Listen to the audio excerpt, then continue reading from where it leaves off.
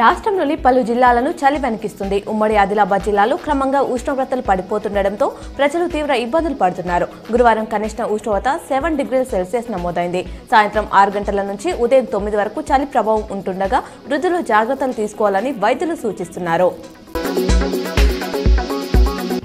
World chess champion గా నిలిచిన దొమ్మరాజు గుకేష్ ట్రోఫీతో పాటు $1.35 మిలియన్ దాదాపు రూపాయలు 11.45 కోట్లు ప్రైజ్ మనీ గెలిచారు.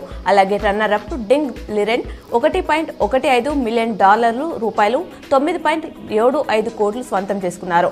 మొత్తం ఛాంపియన్షిప్ ప్రైజ్ మనీ రూపాయలు 21.75 కోట్లు కాగా ఒక్క గేమ్ గెలిచిన ఆటగాడికి రూపాయలు 1.69 కోట్లు వస్తాయి. పార్లమెంటుపై జరిగిన దాడిలో ప్రాణాలర్పించిన వీర జవాన్లకు ఉపరాష్ట్రపతి జగదీప్ ధన్ఖడ్, పీఎం నరేంద్ర మోదీ నివాళులర్పించారు. ముష్కరులు దాడికి నేటితో 23 ఏళ్లు. దీంతో సభ ప్రారంభానికి ముందు అమరులకు నేతలు అంజలి ఘటించారు. హోంమంత్రి అమిత్ షా, స్పీకర్ ఓం బిర్లా, కేంద్ర మంత్రులు జేపీ నడ్డా, కిరణ్ రిజిజు, ఎల్ఓపీ రాహుల్ గాంధీ, మల్లికార్జున ఖార్గే ఎంపీలు నివాళులర్పించారు. ఫ్రాన్స్ కి తదుపరి ప్రధానిని ఆ దేశ అధ్యక్షుడు ఇమాన్యుయల్ మేక్రాన్ నేడు ప్రకటించనున్నారు.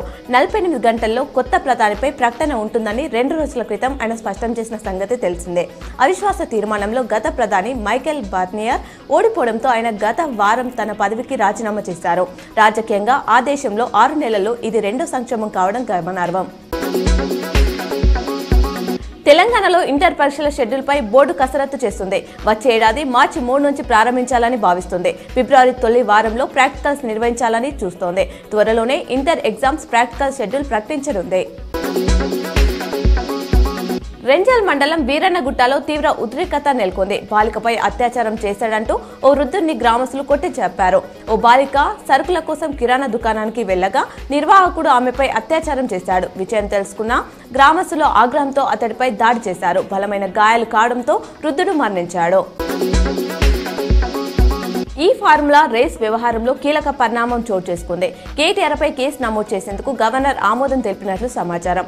రేస్కు ముందే నిర్వహణ సంస్థకు నిబంధనలకు విరుద్ధంగా విదేశీ కరెన్సీ ఇవ్వడంపై ప్రభుత్వం విచారణ చేపట్టిన విషయం తెలిసిందే.